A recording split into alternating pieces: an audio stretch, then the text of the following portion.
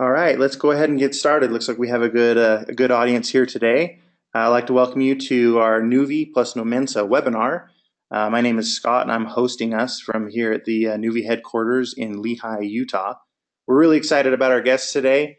We have with us Simon Norris and Peter Kay of Nomensa, and I have a couple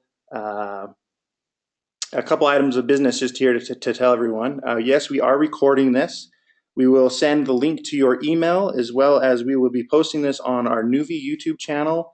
And Nomensa is also going to be posting this to their YouTube channel, as well as they have a SlideShare account. So if you want to jump on their SlideShare, you can find these slides. If you have any questions, please feel free to ask them via the questions box here in your webinar broadcast. Or you can also tweet questions to us at Nuvi, or you can tweet at Nomensa. It's at @we_r_Nomensa.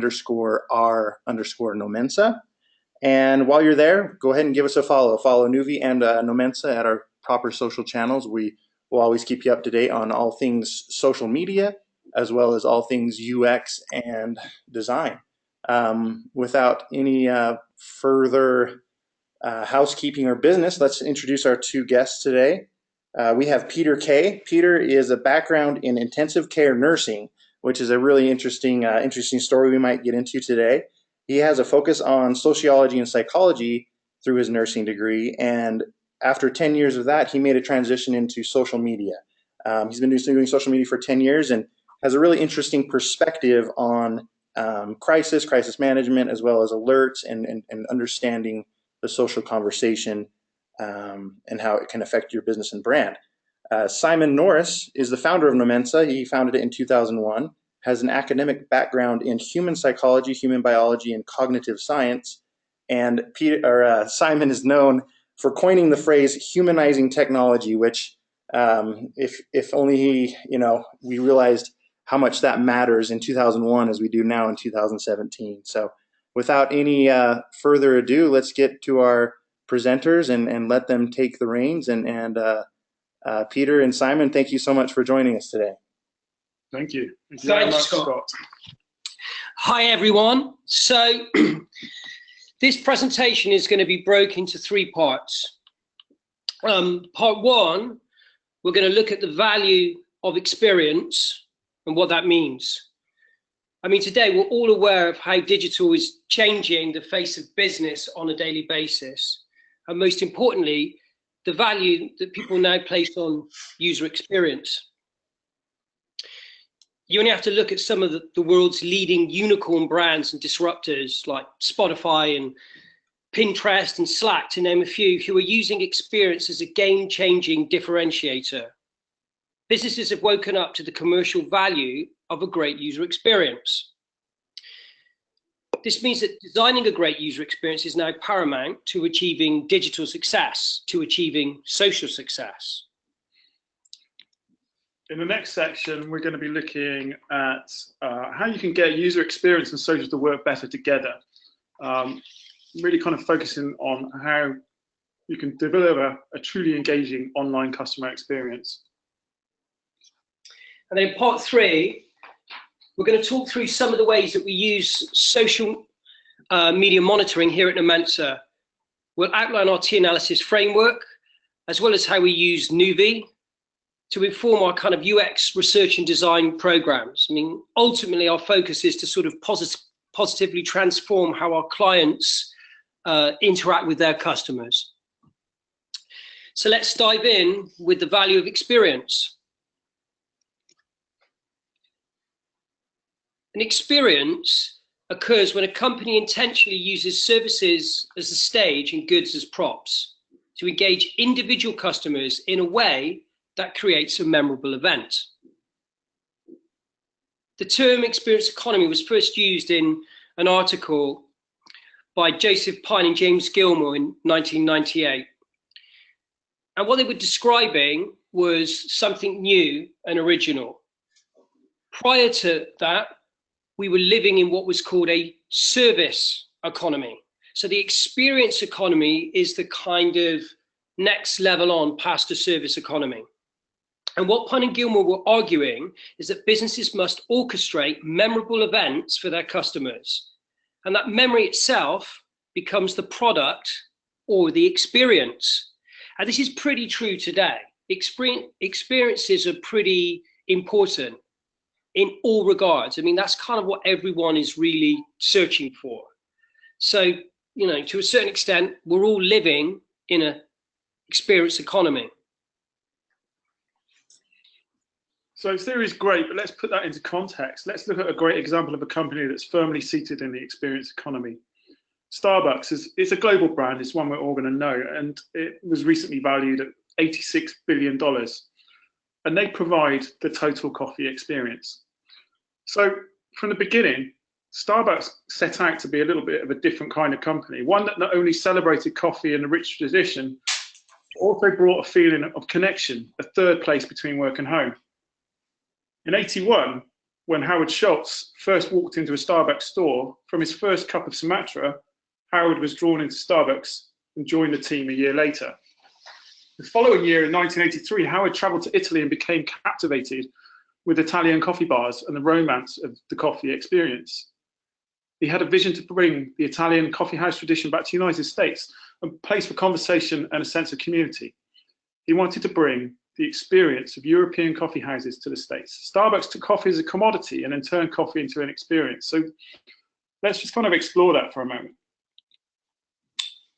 What you can see here now is an empty graph with competitive position on the x-axis and price on the y. The red line plots from a low price and weak competitive positioning to one of a strong competitive positioning and improved pricing. If you look where Starbucks began with beans, you can see that that's down in the bottom left-hand corner. And what that represents is basically beans are a commodity. There's very little to differentiate one crop of beans from another. But a bean is a bean, and selling them in their raw form is an extremely competitive market. The price is driven by supply and demand, and it leaves traders with very little that they can do to protect their margins. Everybody in that market is easily disrupted by cheaper suppliers. But as you begin to process coffee beans and package them, you start to differentiate from a pure commodity, and you begin to extend your competitive position as you're building value into your product. As you move beyond product and start to focus on the experience, what you're seeing is effectively they're protecting their position. And at every point, they expanded their competitive position. They were a lot less exposed to the impact of undercutting competitors. So simply put, by focusing on the experience, they grew their margins and they protected their position. But Starbucks are not the only ones to do this. There are many brands that are following this approach, thinking and designing from an experience perspective. So, with that in mind, we're all fans at Nomensa of the Gilmore Girls. And we wanted to kind of show one particular snippet to give a little bit of light relief. Hopefully you'll all find this clip funny. We do. And we've put it in here because it illustrates a point that is painfully true.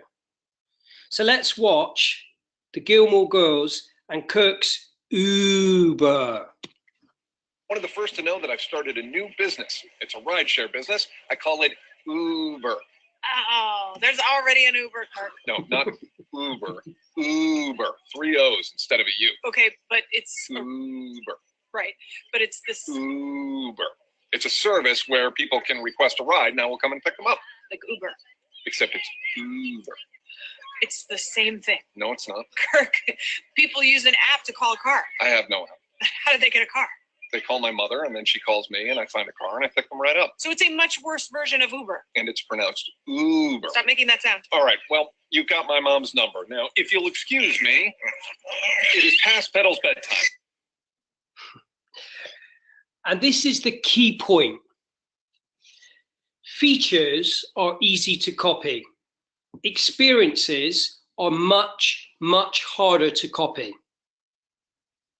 We see this a lot in our experience design work.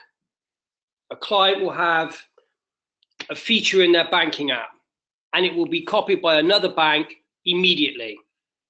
copying an experience is much harder to do because it's a unique combination of features and factors that make that experience unique. So features are easy to copy, experiences are much, much harder. And just think about that for a moment. In a few short years, we've got to the point that almost every business has a website or social media presence. These assets are no longer a differentiator and arguably are relatively easy to create and copy. With digital business being almost universal, it's often the look and the feel of how a business operates that differentiates it from its competition. An effective end-to-end experience is incredibly difficult to copy and protects a company's position.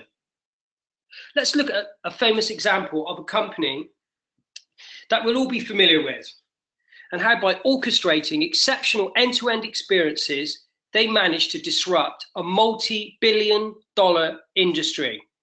We're talking about Apple. So to tell this story, we have to frame it by talking about Nokia. So in 2007, Nokia was worth a staggering $130 billion. Within 5 years, by 2012, their value had dropped to $17.5 billion. The next year, in 2013, Microsoft acquired them for $7.2 billion. That is a massive, massive decline. Why did this happen? Well, we think, and this is quite well known now, that Nokia were not really ready for the multiple challenges from both Apple and Android, who quickly dominated the smartphone marketplace from a standing start. This demonstrates the importance that consumers place on experience. Of course, neither Apple nor Google were small players. They were hardly startups. They were both highly accomplished businesses in their own right.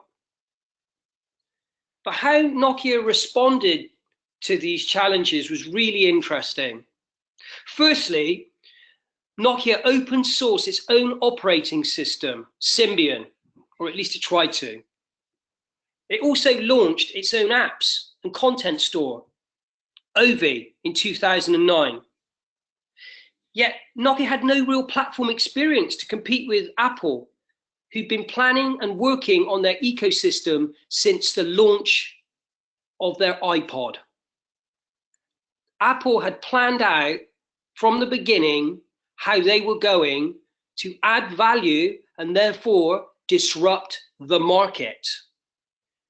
Nokia's response when launching Ovi in 35 countries was based on the belief that we can do this in 35 countries because this is what big global businesses do. It turned out to be a disaster. Within 2 years, they closed down the Symbian open source project. As we often tell our clients, first you need to create a compelling user experience, and then you scale that experience. A trend many businesses within the Unicorn Business Club have understood and effectively implemented. However, Nokia did neither of these things. So Apple and Google disrupted Nokia because of their long-term commitment to user experience. And user experience won, which means the consumer won. Steve Jobs famously quoted, "Design is not just what it looks like and feels like. Design is how it works." The design is never just the fonts and the layout. The design also sits behind the functions, and that makes the experience seamless, feel intuitive. And great experiences feel natural. They're invisible most of the time. We only notice them when they don't work. At Nomensa, we call this humanizing technology, designing technology around human behavior to support human experience. The thing is, if you get it right, experience is hard to copy, which makes it even harder to disrupt. This is why so many companies work so hard getting their experiences right. So what can you do to protect your business? Focus equally on the experience surrounding your product, the setting, the buying process, every single touch point with your customers, as well as the product itself. This is what an experience economy demands of design today. Savvy business leaders are focusing on providing exceptional experiences. So how can we use insights from social media interactions and monitoring to design and deliver even better user experiences? Well, that brings us on to our next section, part 2. But before we get into part 2, let's just summarize part 1. We're all living in an experience economy. This means successful businesses need to transcend competing purely on price. And the businesses that are leading in today's economy are providing exceptional experiences. And that makes them hard to copy. That makes them more competitive. And finally, savvy business leaders embrace the demands of the experience economy. They know the factors involved in creating an experience and scaling it, because those are the ones that allow them to address the huge addressable markets that digital technology allows. So let's dive into section 2. Next, we're going to look at how you can get UX and social to work to provide brilliant online customer experiences. Then we're going to show you that the myth of going viral is not the significant way to build large returns on social media activities and investments. We really like this imagery here at Nomensa, and we love it. It's a great way to kind of illustrate this point here. And that is that digital is absolutely everywhere. As we go about our lives, we cannot escape digital. We are leaving trails of data behind us consisting of clicks, pushes, swipes, likes, and shares. With the right approach, we can turn this data into behavioral information that reveals a rich history about who we are, where we have been, what we have done, and who we're doing it with. Understanding how we live digital lives can be turned into a business opportunity. What we tend to find here with many businesses is that while social and UX are both working really hard to deliver exceptional experiences, they tend to do it in isolation. If a business has a social team and it has a UX team, they tend to operate in silos. The social team may not even know that the UX team exists, and the UX team will have very little understanding of what social is doing. As a discipline, user experience design is focused on motivation and social media on influence. The reality is, as I've spent a lot of time in both of these environments, is that they're both two sides of the same coin. When these teams spend the time to understand each other and realize that they both have a part to play in delivering these experiences, great things tend to happen. The FOG behavioral model shows that 3 elements must converge at the same moment for a behavior to occur. So in this graph you're looking at now, you can see motivation is plotted on the y-axis, ability is plotted on the x-axis, and the trigger or action curve runs from the top left quadrant through to the bottom right. What the model reveals is that activities which are hard to do and the ones we are not really motivated to do fall to the left of the trigger line. A great example of this would be trying to use the help section of a website to try and solve a problem with your router. Unless you're very competent, and even then, navigating your way through a website to solve a technical issue with your router can be a really hard thing to do. People are not motivated to solve problems when they're paying for a service. After all, what are they paying for? Most people would either not bother at all or give up quickly and then tweet the care team or pick up the phone to seek assistance. Consider the other side of this for just a moment. Think about the costs of managing those customer inquiries, the motivation for the business to shift that activity away from expensive call centers towards a self-serve digital environment. This represents a much more profitable option. Let's take shopping online, something we are generally a little more motivated to do. After all, we all need more things in our lives, right? But sometimes it's still not particularly easy to shop online. Whilst retail websites want us to buy from them, the process can actually be quite difficult and counterintuitive. For example, how many of you find just the product you're looking for online, but the order process is confusing and overly complicated, but you really want to complete the order? You need that thing in your life, so you overcome the barriers put in your way and work out how to do it. Consider this. Think about that from the business perspective and how that motivates them to improve their system. If they keep making sales, why should they design a better checkout experience? They have become successful in spite of themselves, or until a better user experience comes in and disrupts them. And then they are forced to play catch up.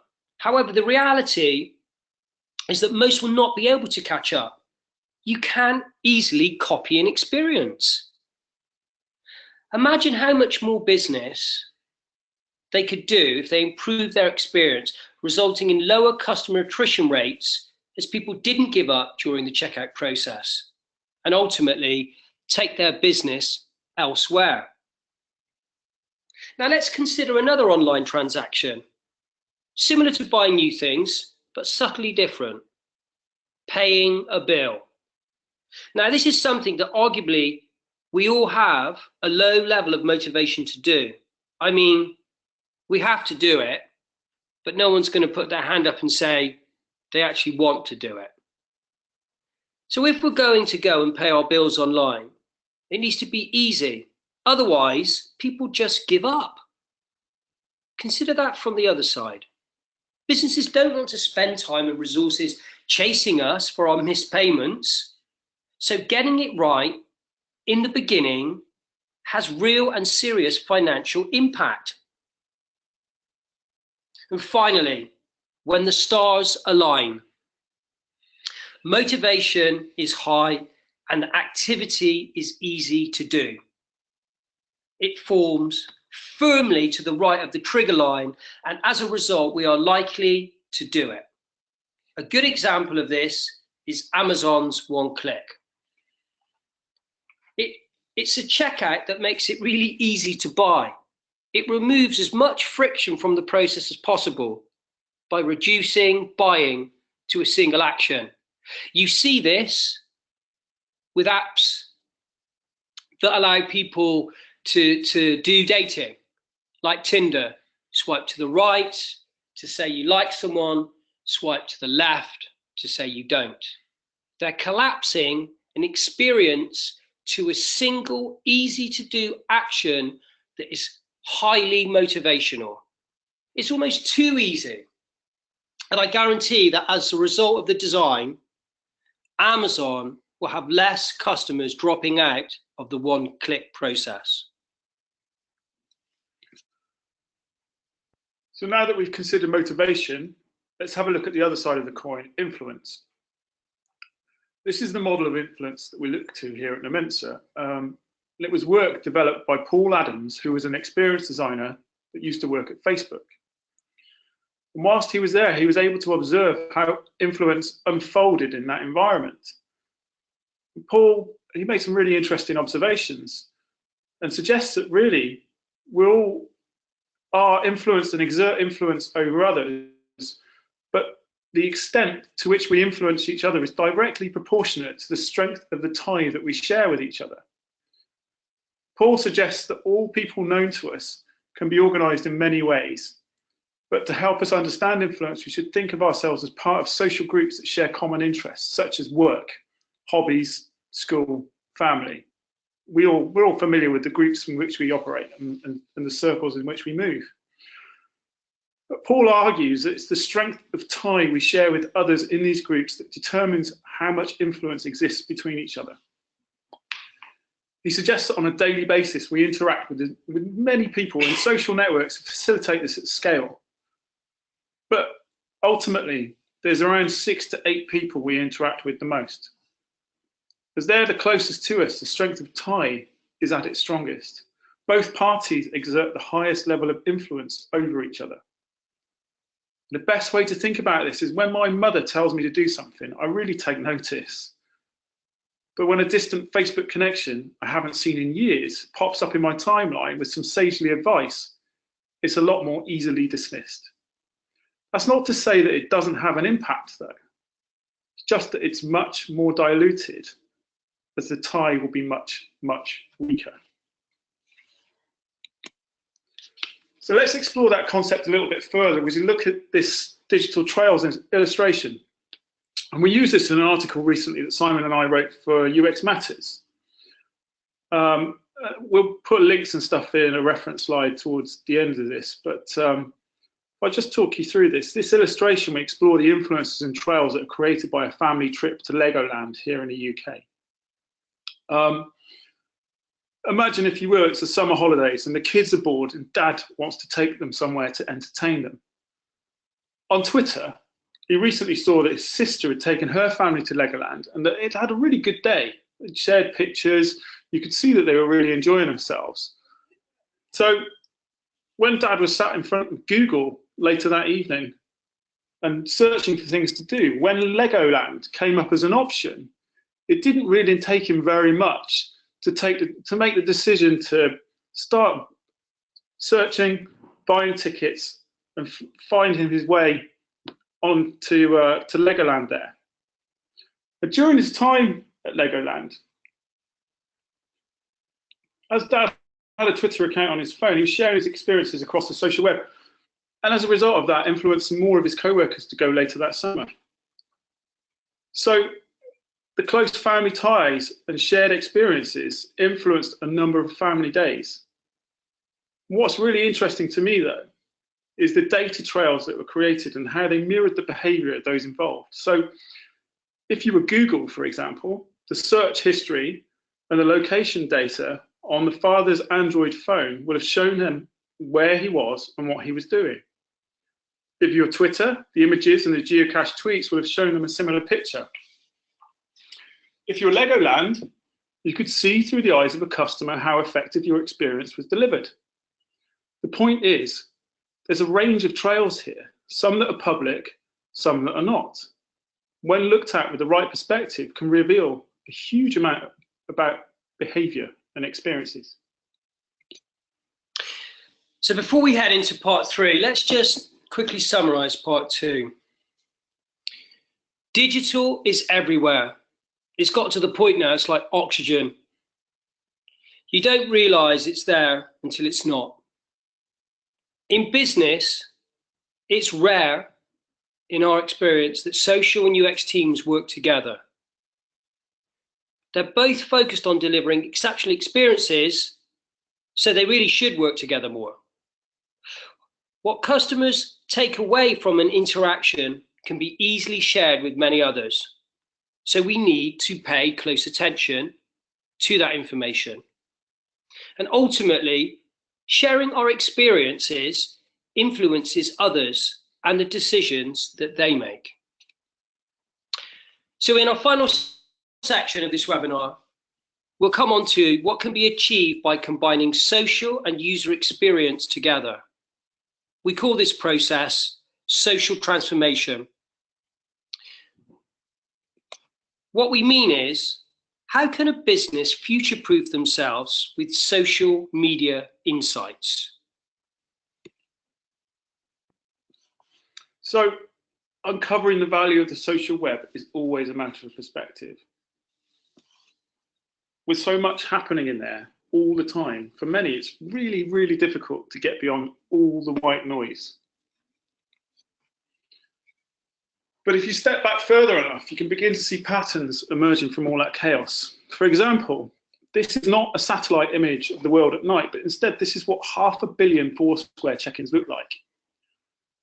Just consider for a moment, each one of those pixels represents someone with their mobile phone sharing their location with others. Beyond this geographic perspective will sit many other layers of information, such as who they were with when they checked in, what were they doing, where had they been there before. The list goes on, but beyond this amazing visualization sits a plethora of experiences. If we switch perspective again, we can begin to see other familiar patterns emerging. So sticking with the geographical perspective, we can zoom from global to city view. Some of you may recognize this as Manhattan on the left and London on the right. And what we're seeing here is a time-lapse video from Foursquare that tracks check-ins across these two cities in a 24-hour period. By layering time and space, Foursquare reveal how people begin their day in the suburbs, travel into the center, and then back out again.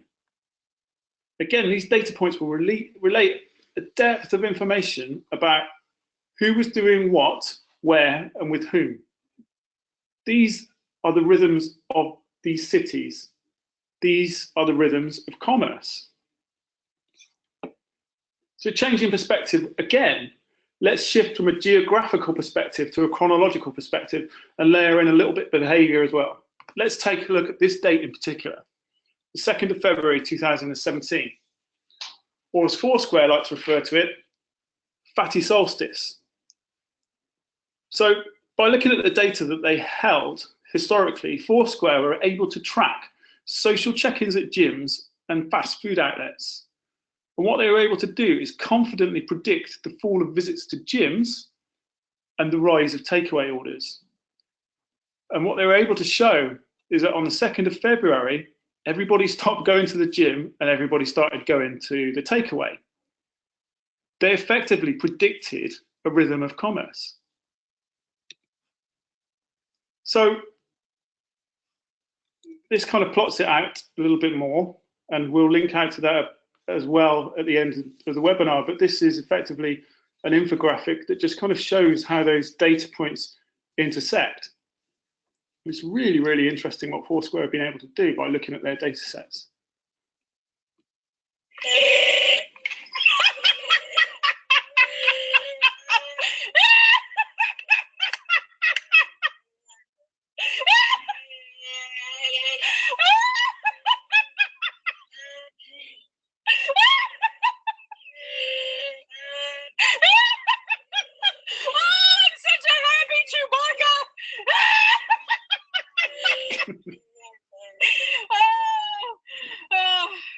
This is worth every penny. I defy anybody to watch that without laughing themselves. But I mean, the reality is, unless you've been living under a rock recently, it's unlikely that you've not seen this viral video somewhere or heard about it in the news. Candice Payne, Chewbacca, she uploaded this video to Facebook and it went absolutely everywhere. Her joy is infectious, and Forbes reported that the mask had sold out from all online retailers in record time. It was almost impossible to get hold of one of those masks after this video went viral. And that's the kind of thing, that's the problem, the challenge that we face when decision makers think about social and business. Many are chasing the impossible dream of going viral. Everybody wants to achieve their own Chewbacca Mom moment. But those of us that are working in social media know that really that's as difficult to predict as a lightning strike. For example, if you're in the gym business, what value is a viral video to you? It's not going to help your customers to stick to their New Year's resolutions. The value would disappear as quickly as a bucket of fried chicken on Fatty Solstice. Really, the value in social media is getting to understand your customers and predicting that there's going to be a crisis that these guys are going to be going through on the 2nd of February. And that if you take the time to help them through that crisis, there's a very strong likelihood that you're going to retain a paying customer. Help them stick to their goals and help them to retain a paying customer. So where should social sit in the design process? To understand a digital experience, we start by monitoring in order to determine how big certain issues the client might be facing actually are. Typically, there are often issues they may not even be aware of that we discover along the way. This is where the T-analysis framework really helps us, as it helps us to make sense of all the data that is out there, publicly available. The T-analysis is an approach we have designed at Nomensa to defend our clients against poor user experience and ultimately disruption. The diagram shows broad across the top versus deep social monitoring running down. So, broad analysis can reveal trends in the industry or markets, allowing a client to keep up or to lead. Deep analysis hones in on a specific problem or issue that we can begin to design a response to. For us here at Nomensa, it's not about using monitoring to show us buzz metrics, but instead, we're looking for opportunities to build better experiences and protect our clients' most valuable assets. With the right focus in place, we can then implement a process that we call listen and respond. People tend to think about responding on social as a comms exercise. You see a customer with a problem, you reach out to them, you try to solve that problem with a carefully crafted response that attempts to take their grievance out of the public domain as quickly as possible, which is a perfectly valid way to use social media. But here at Nomensa, we tend to think about it in these terms. We think about it in terms of responding with design. Is there a process that's broken? Is there a customer journey out there that's delivering a poor experience? What is causing the problem and how do we fix it? So what we're going to do now is just spend a little bit of time dipping into the tool, and we can kind of show you what we mean. We've got a few examples in there. Maybe we can bring the T-analysis to life a little bit for you. So we mentioned Legoland a little bit earlier on. So this is a monitor that we've got set up looking at Legoland. So Legoland here in the UK is one of many theme parks that you could go and visit. I'm sure across the world, the picture is very much the same. You've got a selection out there. So one of the things that you can do when you're looking from a broad analysis perspective is kind of to understand how do they sit within their marketplace, what's going on. And here you can see, you can compare Legoland very, very quickly against a couple of other competitors, Alton Towers and Thorpe Park. This, quite simply, is just kind of looking at the levels of conversation that's taking place out there around these particular theme parks. And this is a very simple monitor. We're just looking at who's mentioning their Twitter accounts and what are they talking about. And you can see here that Legoland is coming in a little bit less than Thorpe Park, that's coming in a little bit less than Alton Towers. You can see that they're all doing fairly well in terms of positive sentiment. There's not huge levels of negative sentiment, nothing unexpected. When we look at Legoland through this perspective, we can see a little bit more. So this is a monitor that's been running since the 27th of June. And you can see relatively similar levels of activity throughout that time period. But over here, you've got a spike. And when we run a spike analysis, you can see if it will let us, what's going on. Here we go. Ooh. Slow. Anyway, it's a good job we prepared this a little bit earlier. So this spike is quite unusual. You'd want to investigate it a little bit further. So you can jump out to the stream view and you can see what's going on there. This relates to this tweet here. Now we talked a little bit about influencer marketing earlier on, and you can see in Nuvi in the stream view that this guy, Adam Hills, who's a well-known celebrity comedian here in the UK, just tweeted out that he was visiting Legoland for his 47th birthday. Here's that tweet here. And you can see that it got 71 retweets and 2,653 likes. So it was a very well engaged piece of user-generated content, and has obviously had quite the impact on visibility for that brand here. But what we're really interested in is not so much what Adam Hills had to say about Legoland and the fact that he was endorsing it, which is much more your traditional approach to influencer marketing. We're kind of interested in what's being said down here by the people that have got those 6 to 8 strong connections, and what part is that having in influencing other people's decisions to come along and spend their time and their money at Legoland. Here's the view of the feed, and you can kind of see just a collection of everything that's happening and being said about Legoland most recently. One of the things I like about Nuvi is the ability to filter through the search results. So we're kind of really interested actually in what people have got to say about the website. So we just have a look here. We can see it brings in all of the results. It should do.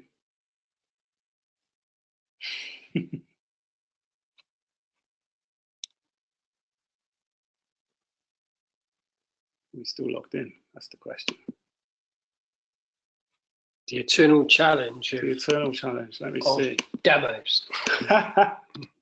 Technology. Somebody should humanize this stuff.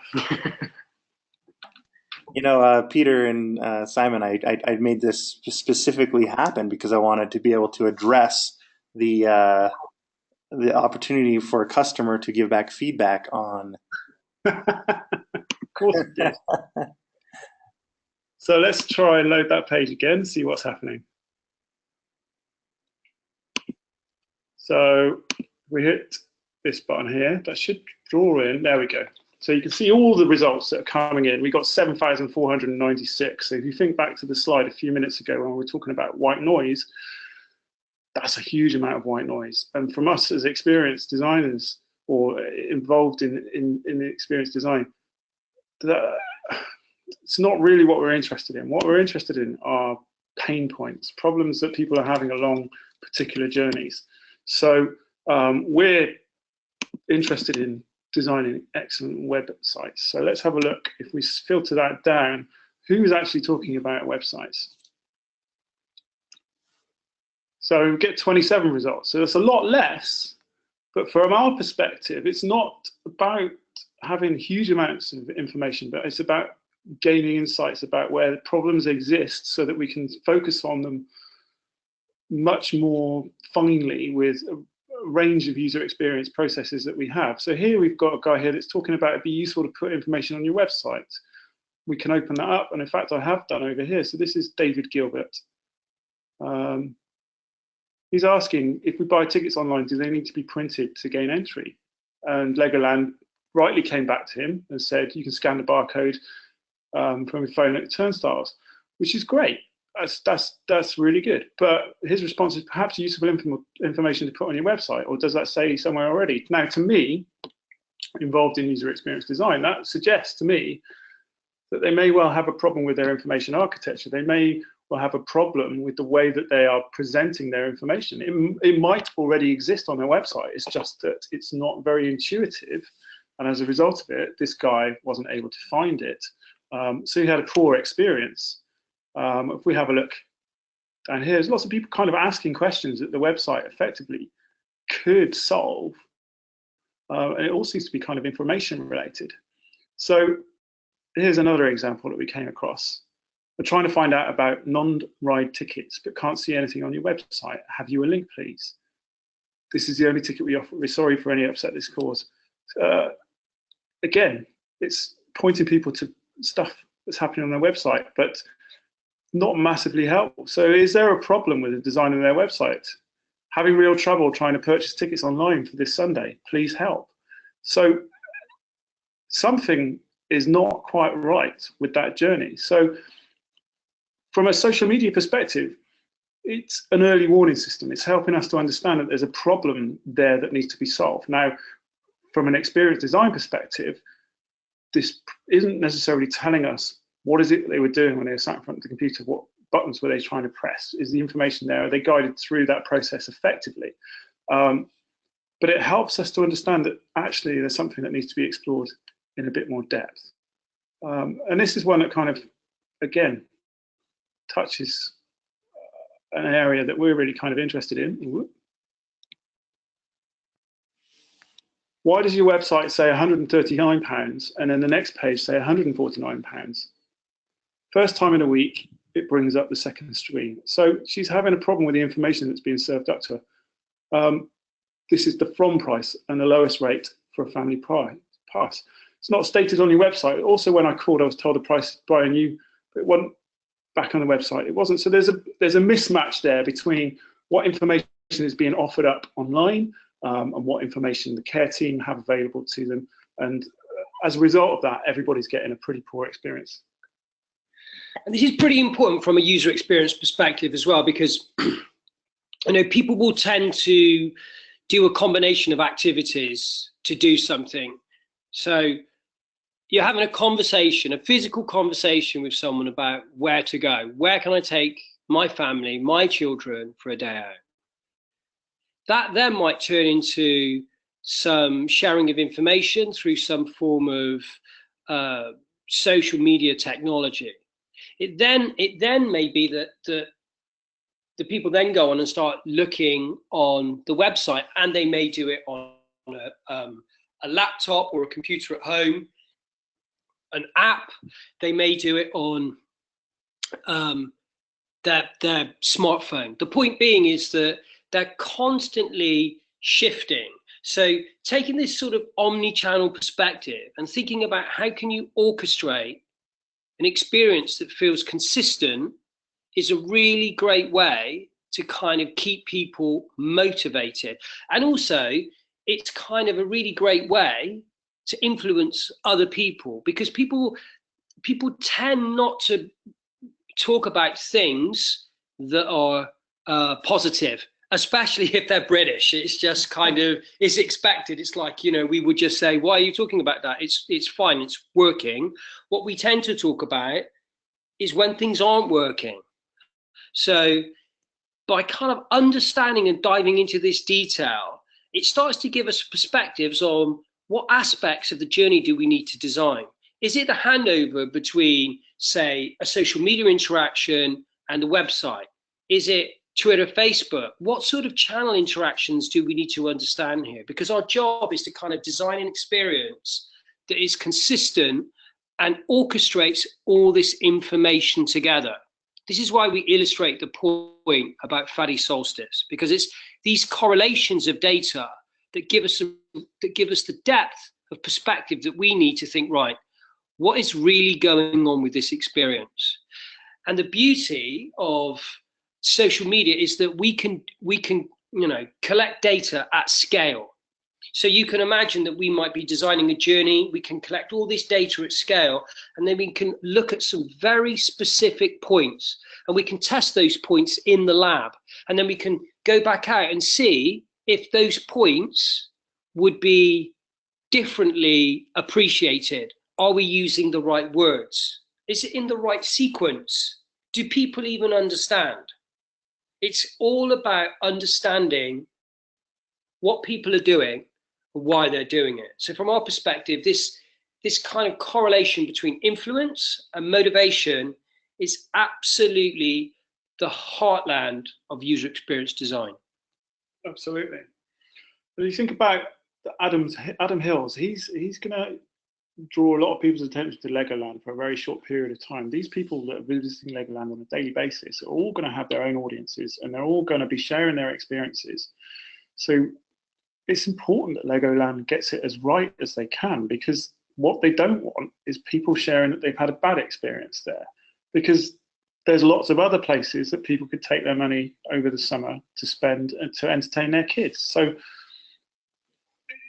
this is why we're kind of really fascinated on this mirror that digital creates of the world around us and how we can use that to understand and design better experiences. Now, this we were looking at Legoland, and we started quite broad, and then we went deep into people providing feedback about a website. We've also created another monitor here that looks at another website which is a clothing retailer here in the UK called Zara. If we look at the last 14 days, this is quite a big company, and they operate.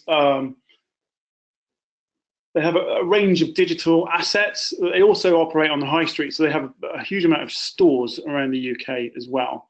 And you can see there's a mix really between positive and negative. You can see there's quite a significant reach for this brand.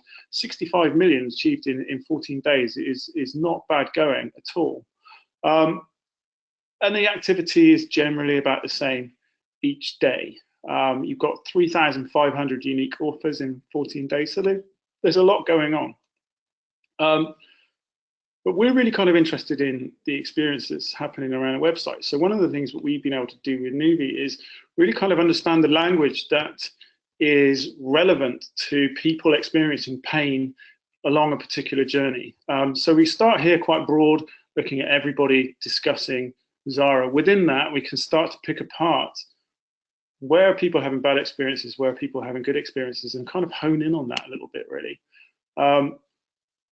And we did that, and we created a monitor that was looking really for people that were sharing bad experiences about their website. And what we can see here, when you compare the last 14 days of a deep monitor against a broad monitor, actually, I mean, this is an astronomical amount of people that are complaining about a digital experience.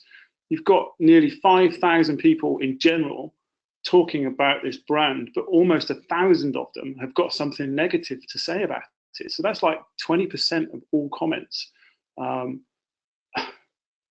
not good. And most of them are related to their digital estate. And this is just an example of that monitor. So you can see here, because we're looking for people sharing bad experiences, that actually you've got a very high level of negative responses. If we go a little bit further into this monitor, just to kind of see what's going on, this is kind of how we would go about doing that. We're looking for these kinds of keywords out there and associated with the website and their digital assets.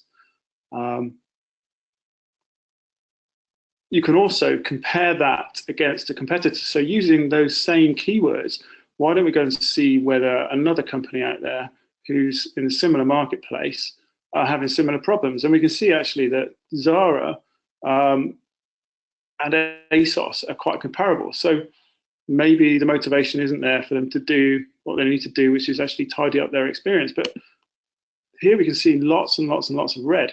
And this one in particular, if I hit on that, you can kind of see that when somebody's got a grievance in this environment, it goes quite a long way. There's a lot of influences kicking around in this marketplace. But again, it's about those low-level interactions. It's about those 6 to 8 people that you interact with on a regular basis that are the ones that you really want to make sure that they have the best experience possible. Moving into the deep analysis here and looking at the feed, we can just kind of see need to return an order, but website not picking it up. I've been in store and called your useless telephone line. Can you urgently look into my order that has taken a week? There's a lot of people that have got problems with this particular online experience. Worst customer service. Love Zara but hate the website. I mean, this is really quite significant feedback. So again, if we put website into here and just run a quick search, we can start to see what kind of things are coming out here. Love Zara but hate the website. Hate Zara website. Could literally buy the whole web. Some positive stuff in there. It's difficult to get it all. Zara website is so aesthetic but not so user friendly. The Zara website is simply impractical. Why is the Zara website so annoying? It goes on and on and on. And I mean, these are just some of the examples here. Zara's website is awful, gives me a migraine.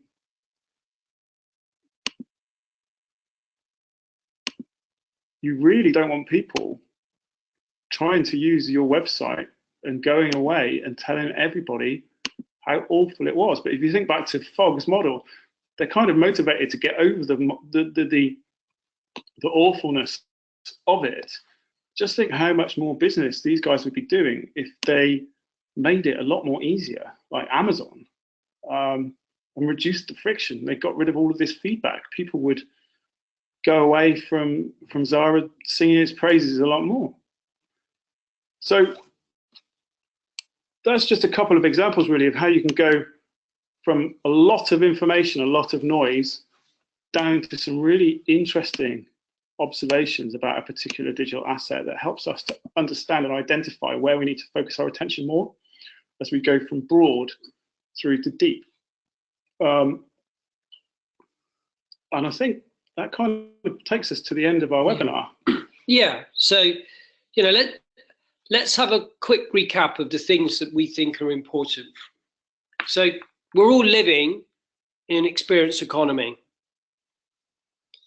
Digital is pretty ubiquitous, and we believe that social and UX teams could really deliver much greater value in terms of user experience if they work together. We believe that better social experience means better customer experience.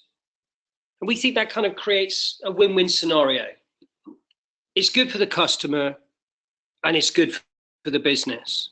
So one of the things that we spend a lot of time here at Nomensa, with our clients, is kind of getting them to understand it's not about responding to negative sentiment. It's about understanding what people are saying so we can fix the types of problems that they're experiencing while they're going about their kind of digital journeys. So we use the information that are generated from their digital trails to say, right, we need to fix this because it's an acquisition problem. We need to fix this because it's an onboarding problem. We need to fix this because it's actually going to help you retain more customers over the longer term and therefore increase your customer lifetime value. So we're using Nuvi and our kind of frameworks and analyses to really give us a much better perspective of the sort of social experiences, social interactions that we need to be helping our clients design for.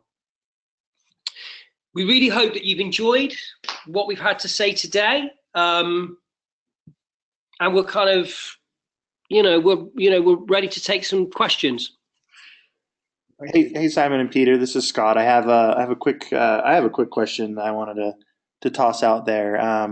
In your experience with this, I know, Peter, you mentioned about the kind of more everyday people, I'm going to call it, the influencers that are maybe not as popular as the comedian. What are some of the insights, or what are some of the benefits of talking to some of the smaller everyday people, influencers, or insights that they give you? The people that are coming into contact with a digital experience on a daily basis, they do that in high volumes. So they stress test the system. If there are problems in a website and a digital experience, they will show it to you. But if you think about it in terms of the Adam Hills, that was one guy, and he was having a great time at Legoland, and he had a great experience and shared that with many. But that's only one person. There'll be thousands of other people that will have gone there during that day as well. And the collective audience of everybody else will be far bigger than Adam Hills going there that day. So by focusing on everybody else and getting them to talk positively or not talk negatively about their experience, it kind of really helps a brand to stop people being nudged away from them and to start the process of people being nudged towards them. Yeah. The other thing that kind of looking at the many people is, or everyday users, it kind of just shows us behavior at scale. It's kind of what I'm touching on before. what we're interested in is really kind of understanding what is it that the vast majority of people need from a digital experience, and how can we serve that to them in the most effective way. And actually, as well, once we've made a change, once we've improved a system or solved a problem, what was the impact of the changes that we made? So one of the things that I love about Nuvi is the ability to kind of take a benchmark before we even touch a client's digital estate. So we can understand what the problems are, where are they, how big are these problems, how are they being reflected back to us? And then once we've made the changes, we can go back and say, okay, now show us, did we have the impact we expected to have? Are we starting to see the dial move in the right direction? Are people complaining less about that problem? Are people starting to have a much better experience as a result of it? So it's a really good way for us to kind of quality check our work through the eyes of everyday people. And I think that for me is kind of why I really love social data. It's just the scales involved and being able to look at the before and after picture. Does that help? Yeah, I like that approach because I personally myself don't have the biggest following. I'm not a comedian. I'm not a I don't feel like I have a lot of social influence necessarily. But when I do take to different social channels and share either good or experiences that could be improved upon, it's from a user's perspective, it is very, as Simon talks about, humanizing technology. It really humanizes brands and companies when they reach out and say, hey, it's either sorry about that experience, or I'm glad you had a great time, or the communication one-on-one and the power of social media. I mean, we see even just with Twitter, the expanding Twitter potentially and in the process of expanding their character limit. Now, a lot of people say that's just, great, we're going to hear more, but no, it's because we want to share more. We want to be able to share more experiences and not have to blend into multiple text or multiple tweets. So I really like that perspective of getting more data from more users and not just focusing on the power user or the celebrity and their frustration or their happiness. You're actually communicating one-on-one to your audience. And that's where the real value is not in the 1%, it's in the 99%. It's everybody else out there. Don't focus on the 1%, focus on the 99%, and you will start to see big changes. And I mean, you touched on an interesting point there from a comms perspective. Yeah, responding to your customer base openly in Twitter, across Twitter to the queries that they may have is a really great way to turn detractors into supporters, and it's a very powerful thing, but it's also very short-lived. And if you're continuing to do that and they're continuing to raise the same problem with you over and over again, really what you should be looking for is, what is this problem that everybody's got, and how can we design a solution to that which is going to be much more long-term.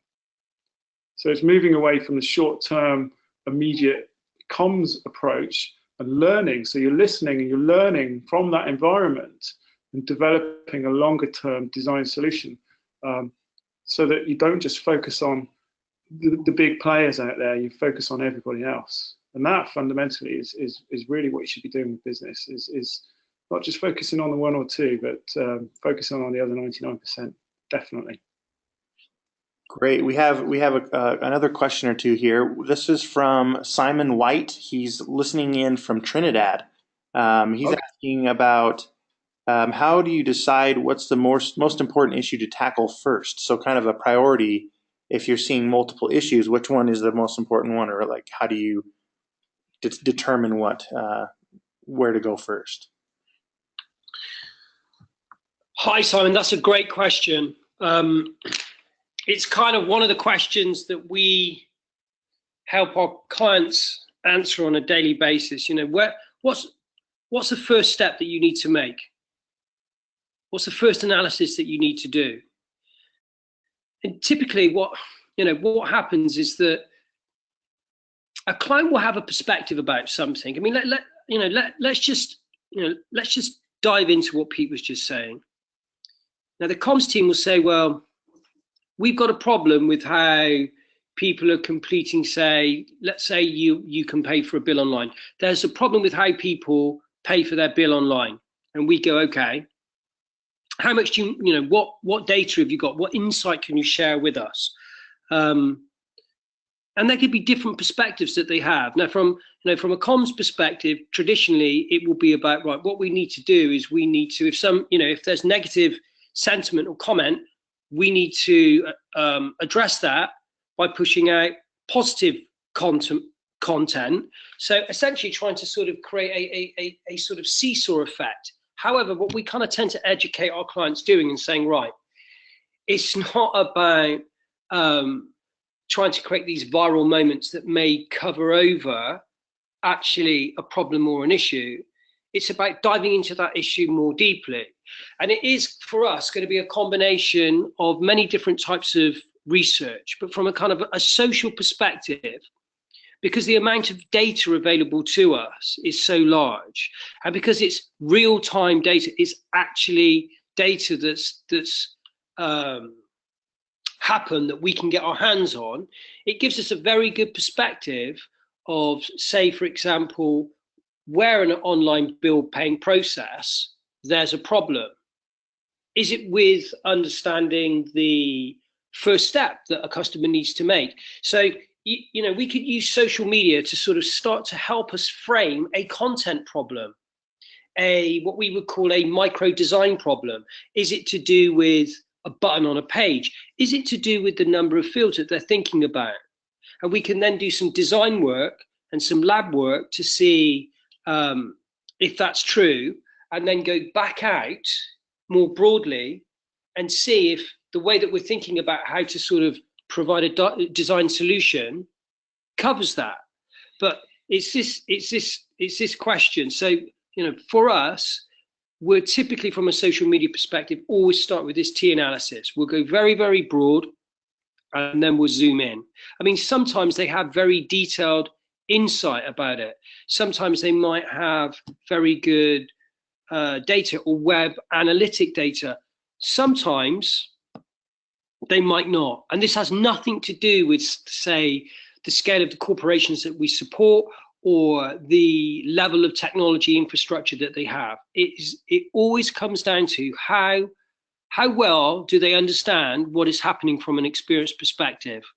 And if they don't know what to do, what we'll kind of do is go, right, we need to kind of do a broad framing and start to see some of the issues and share some of the issues. As I said, it could be that we discover things that that they didn't know were a problem or an issue. It's really difficult. So rather than saying, right, what bit should we fix first, it's more a case of, what do we understand about how customers are interacting with the digital assets within your ecosystem? And how well are they interacting with them? And what can we do to understand what devices they're using or switching to and from?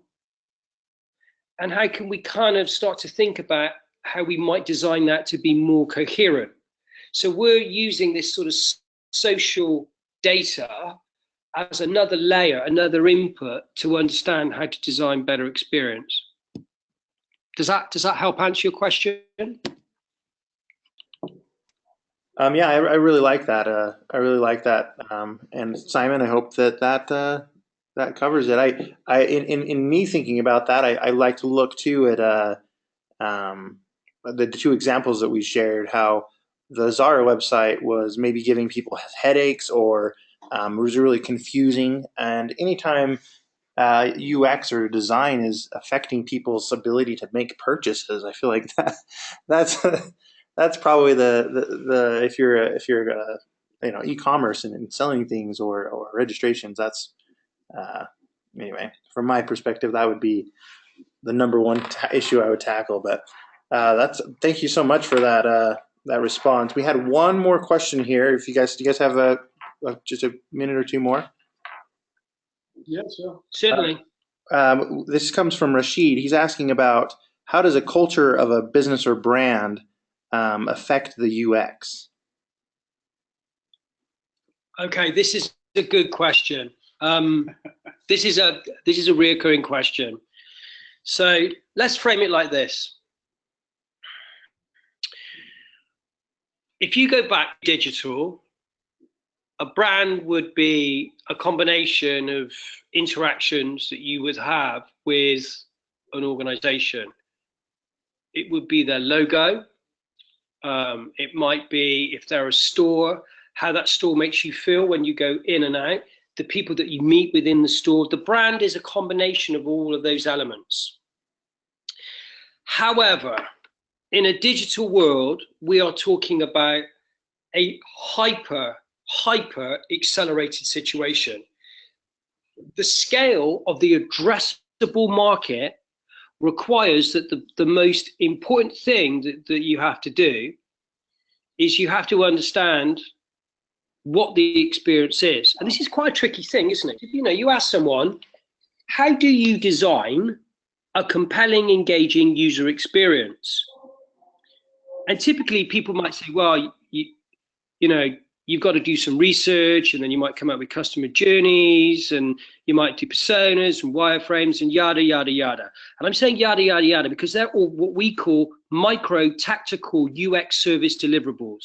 There's nothing strategic, nothing that combines them, that says this is the right combination, the right timing to generate the right moments, the right events, because we're living in an experience economy, that is traceable back to either a business strategy or a corporate strategy.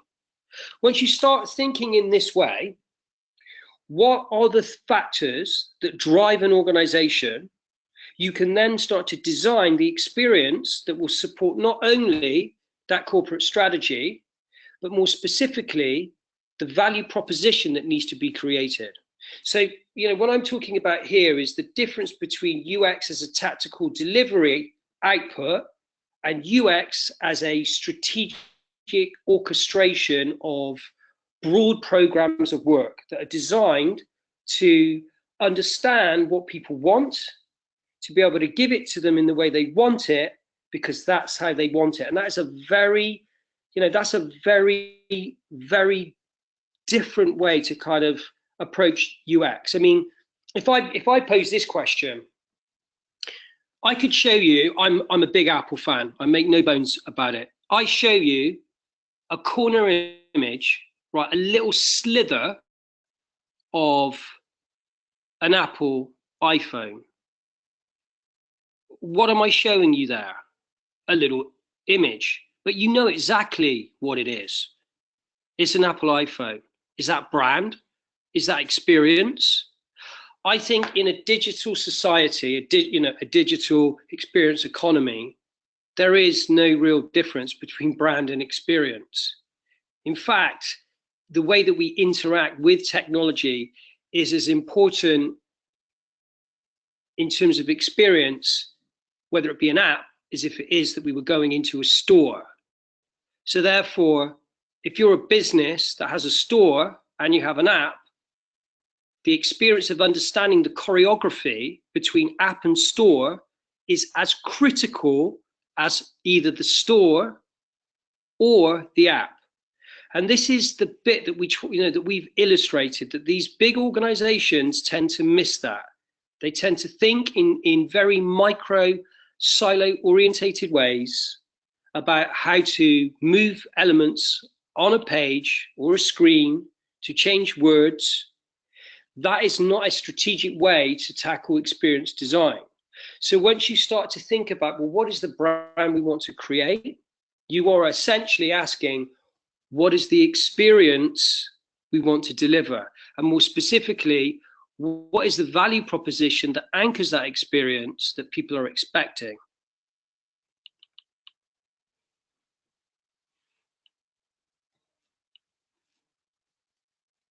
Hope that was helpful. Well, that was fantastic. I I too am a big fan of Apple, and sometimes they set the standard so high that, especially with design and experience, that you think about all the companies and brands in the world, the few that do really focus on customer experience, like the ones you mentioned, Amazon, Apple.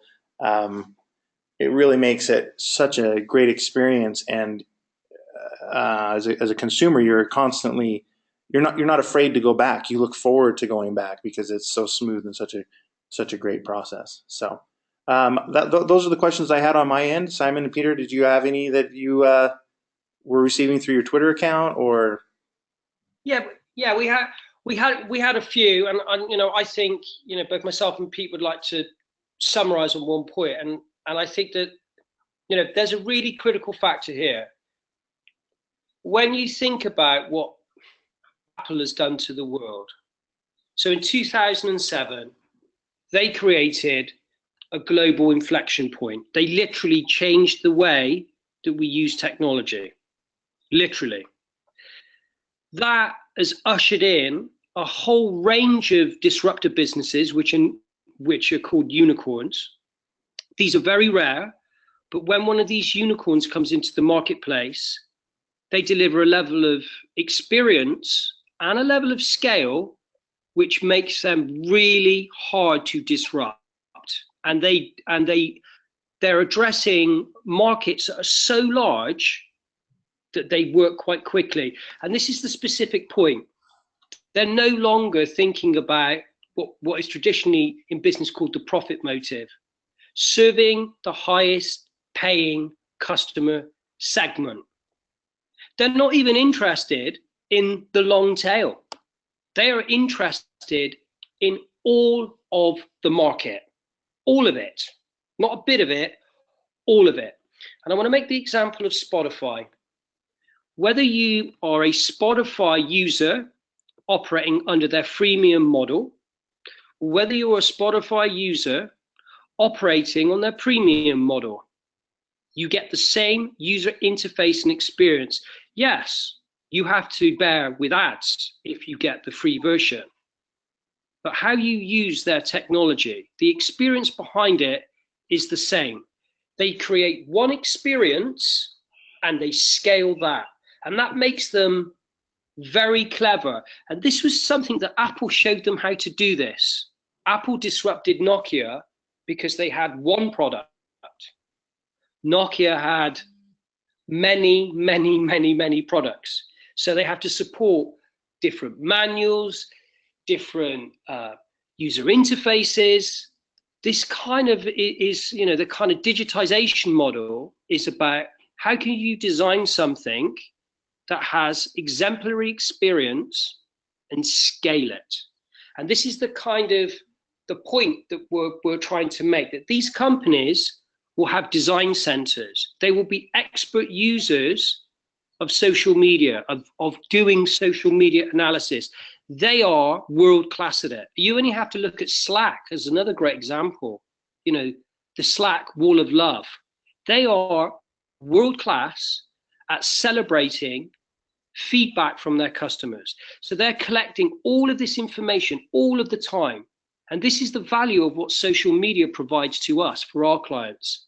Constant feedback about how to constantly improve the experience that they want to deliver to their customers. I hope that makes sense. Oh, that's fantastic. Let's go ahead and wrap things up here. Thank you so much, everyone, for attending. Thank you to Simon Norris and Peter Kay from Nomensa for enlightening us with this great information on UX and how important it is for each one of us, as well as for the major brands, businesses, and agencies throughout the world. If you, as noted earlier, we have recorded this. We will be posting it on our Nuvi YouTube channel, as well as Nomensa will be putting on their YouTube channel as well, and Nomensa will be sharing these slides via their SlideShare. So look up Nomensa and SlideShare, and you'll be able to find the slides in the presentation. Thank you so much for attending, and Peter and Simon, you guys have a great evening over in London. Thank you, Scott. It's been a real pleasure. Thank you, everyone, and wherever you are, enjoy the rest of your day as well. Yes, thank you very much. It's been great fun. Really appreciate doing that.